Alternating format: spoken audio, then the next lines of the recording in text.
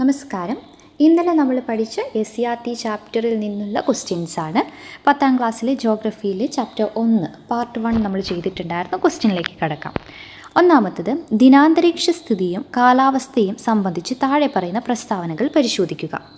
ഒരു നിശ്ചിത ചെറിയ പ്രദേശത്ത് വളരെ കുറഞ്ഞ സമയത്തിലുണ്ടാകുന്ന അന്തരീക്ഷ അവസ്ഥയാണ് ദിനാന്തരീക്ഷ സ്ഥിതി.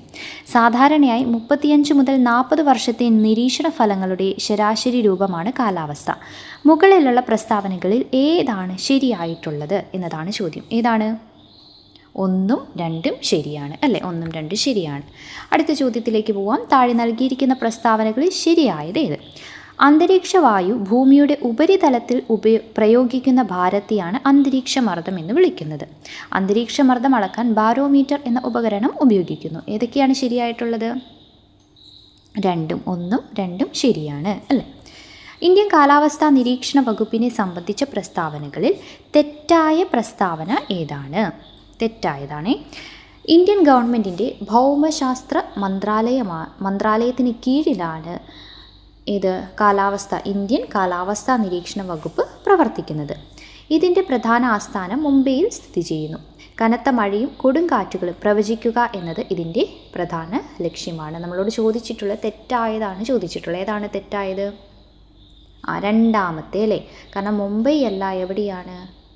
ന്യൂഡൽഹിയിലാണ്. ഡൽഹിയിലാണ് കേട്ടോ. ഓക്കെ, അപ്പോൾ 2 മാത്രമാണ് തെറ്റായിട്ടുള്ളത്.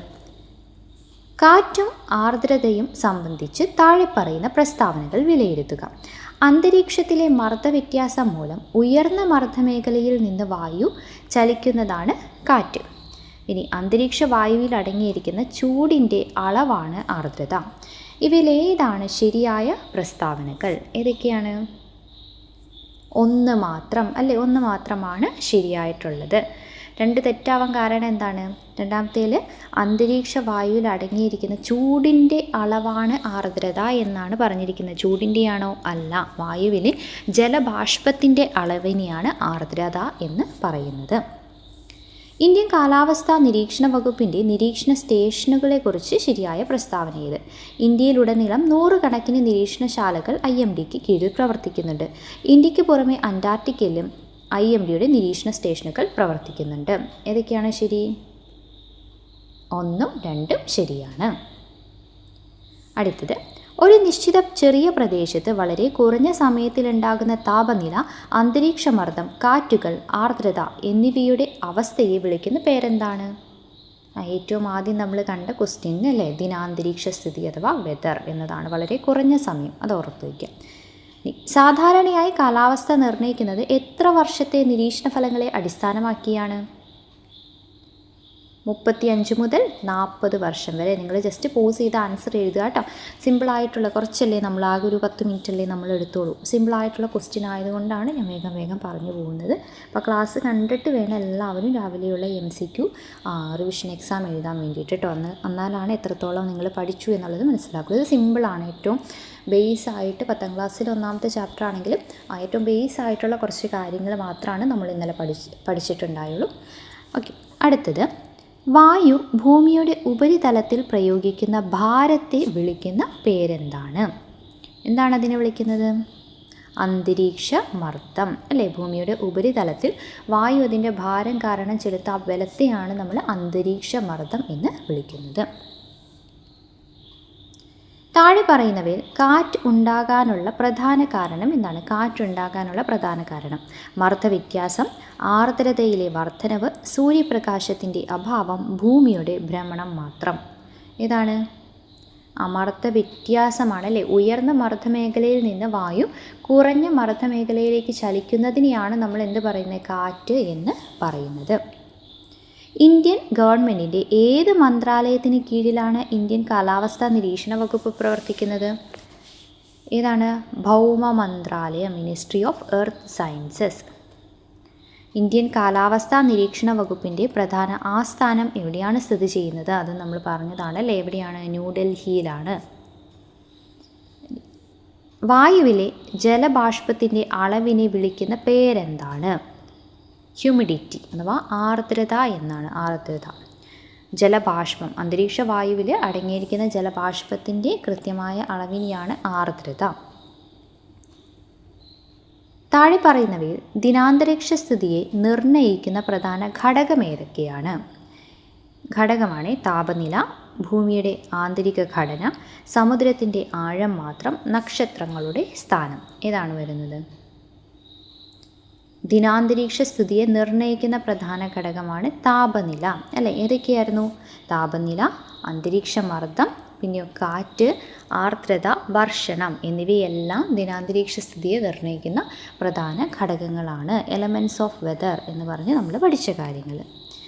IMDയുടെ പ്രധാന ലക്ഷ്യങ്ങളിൽ പെടുന്നത് ഏതാണ്? ഭൂകമ്പങ്ങൾ തടയുക, കൊടുങ്കാറ്റുകൾ, കനത്ത മഴ എന്നിവ പ്രവചിക്കുക, വനവിസ്തൃതി വർദ്ധിപ്പിക്കുക, ഉപഗ്രഹങ്ങൾ വിക്ഷേപിക്കുക. ഏതാണ് IMDയുടെ? മെറ്റീരിയോളജിക്കൽ. ഓപ്ഷൻ ബി ആണല്ലേ. കൊടുങ്കാറ്റുകൾ, കനത്ത മഴ എന്നിവ പ്രവചിക്കുക, കാലാവസ്ഥാ വ്യതിയാനങ്ങൾ നിരീക്ഷിക്കുക. അതൊക്കെ IMDയുടെ പ്രധാന ലക്ഷ്യങ്ങളാണ്. ഇന്ത്യക്ക് പുറമെ IMDക്ക് നിരീക്ഷണ സ്റ്റേഷനുകൾ ഉള്ള മറ്റൊരു പ്രദേശം ഏതാണ്? ഇന്ത്യക്ക് പുറമെ നിരീക്ഷണ സ്റ്റേഷനുള്ളത് എവിടെയാണ്? അന്റാർട്ടിക്കയിലാണ് അല്ലേ? അന്റാർട്ടിക്കയിലാണ്. ഇതുകൂടാതെ നമ്മൾ പഠിച്ച 4 കാര്യങ്ങളുണ്ടായിരുന്നല്ലേ? ഏതൊക്കെയായിരുന്നു അത്? അത് ഇതിൽ വന്നിട്ടില്ല, അത് അടുത്തതിൽ എന്തായാലും ഉൾപ്പെടുത്താം കേട്ടോ. ഞാൻ ചെയ്തപ്പോൾ ആ ഒരു സ്ലൈഡ് മിസ്സായി പോയിട്ടുണ്ട്.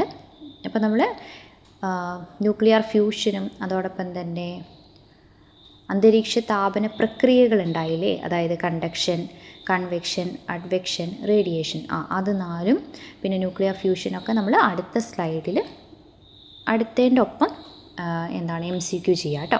അപ്പോൾ ഇതിൽ ഇത്രയും കാര്യങ്ങൾ ഓർത്ത് വയ്ക്കുക. കുറച്ച് കാര്യങ്ങൾ മാത്രമേ ഉള്ളൂ. അപ്പോൾ ഇത്രയും കാര്യങ്ങൾ പഠിക്കുക. അതോടൊപ്പം തന്നെ കഴിഞ്ഞ ദിവസം പറഞ്ഞ പോലെ തന്നെ ആ 4 കാര്യങ്ങൾ അതെന്തായാലും എപ്പോഴും ചോദിക്കുന്നതാണ് അല്ലേ? താപചാലനം, സംവഹനം, അഭിവഹനം, വികിരണം. അത് മാറി മാറി സ്റ്റേറ്റ്മെൻറ്റ് രീതിയിലും അല്ലാത്ത രീതിയിലൊക്കെ ചോദിക്കുന്നതാണ്. അപ്പോൾ നമുക്കിത് എങ്ങനെ കണ്ട് മനസ്സിലാക്കാം എന്ന രീതിയിൽ കറക്റ്റായിട്ട് പഠിക്കാം കേട്ടോ. ഷോർട്സിലൂടെ കറക്റ്റായിട്ട് പഠിക്കാം. ന്യൂക്ലിയർ ഫ്യൂഷനും പഠിക്കാനുണ്ട്. ഈ ചാപ്റ്റർ വെരി വെരി ഇമ്പോർട്ടൻ്റ് ആണ്. ഇതിൽ ഐസോതേംസ് എന്താണ്, പിന്നെ നമുക്ക് തെർമൽ ഇക്വേറ്റർ തുടങ്ങിയ കാര്യങ്ങളൊക്കെ പഠിക്കാനുണ്ട്. കുറച്ചധികം ഉണ്ട് അതിൽ. അപ്പോൾ നല്ല രീതിയിൽ പഠിക്കുക. നന്നായി ഒന്നും വിട്ട് കളയാതെ ആ ചാപ്റ്റർ ഫുള്ളായിട്ട് പഠിച്ചെടുത്തു കഴിഞ്ഞാൽ കുറേ ക്വസ്റ്റ്യൻസ് നമുക്ക് ഇതിൽ നിന്ന് തന്നെ ആൻസർ ചെയ്യാൻ കിട്ടും. പിന്നെ നമ്മുടെ ഇതൊക്കെ ഉണ്ട് കേട്ടോ. എന്താണ്? ആഗോള മർദ്ദ മേഖലകൾ, ഗ്ലോബൽ പ്രഷർ ബെൽറ്റ് ഈ ചാപ്റ്ററിലാണ് പഠിക്കാനുള്ളത്. ഇക്വറ്റോറിയൽ ലോ പ്രഷർ അല്ലേ? പിന്നെ sub tropical high pressure, sub polar low pressure, polar high pressure, അതായത് ഉച്ചമർദ്ദ മേഖല, ധ്രുവ ഉച്ചമർദ്ദ മേഖല അങ്ങനെയൊക്കെ പറയില്ലേ? ഉപദ്രവീയ ന്യൂനമർദ്ദ മേഖല, അതൊക്കെ എവിടെയാണ്? അതൊക്കെ ഈ ചാപ്റ്ററിൽ പഠിക്കാനുണ്ട് കേട്ടോ. അതൊക്കെ നമുക്ക് ഫിഗർ വെച്ച് പഠിക്കാം. ഓക്കെ. അപ്പോൾ ഏതെങ്കിലും ഒരു ടോപ്പിക്ക് ഇപ്പോൾ നമ്മൾ എടുക്കുന്നതിൽ ഏതെങ്കിലും ഡൗട്ട് ഉണ്ടെങ്കിൽ അത് ഷോർട്സ് ആയിട്ട് ചെയ്യണമെങ്കിൽ ഷോർട്സ് ആയിട്ടും ചെയ്യാം. അപ്പോൾ അത് അങ്ങനെ ചെയ്ത് കഴിഞ്ഞാൽ കുറച്ചും കൂടി നമ്മൾ പിക്ചറൈസ് ചെയ്ത് ചെയ്യുമ്പോൾ വിഷ്വലി നിങ്ങൾക്ക് പെട്ടെന്ന് തന്നെ അത് ക്യാച്ച് ചെയ്യാനും ഈസി ആയിരിക്കും. അപ്പോൾ ഇതിൽ 15 മാർക്കിൽ 15 തന്നെ എല്ലാവരും വാങ്ങിയിട്ടുണ്ടാവുമെന്ന് പ്രതീക്ഷിക്കുന്നു. അത്രയും സിമ്പിളായിട്ടുള്ള ക്വസ്റ്റ്യൻസ് ആയിരുന്നു ഉണ്ടായിരുന്നത്. എല്ലാവരും എത്ര മാർക്ക് കിട്ടി എന്നുള്ളത് കമൻറ്റ് ചെയ്യുക. താങ്ക്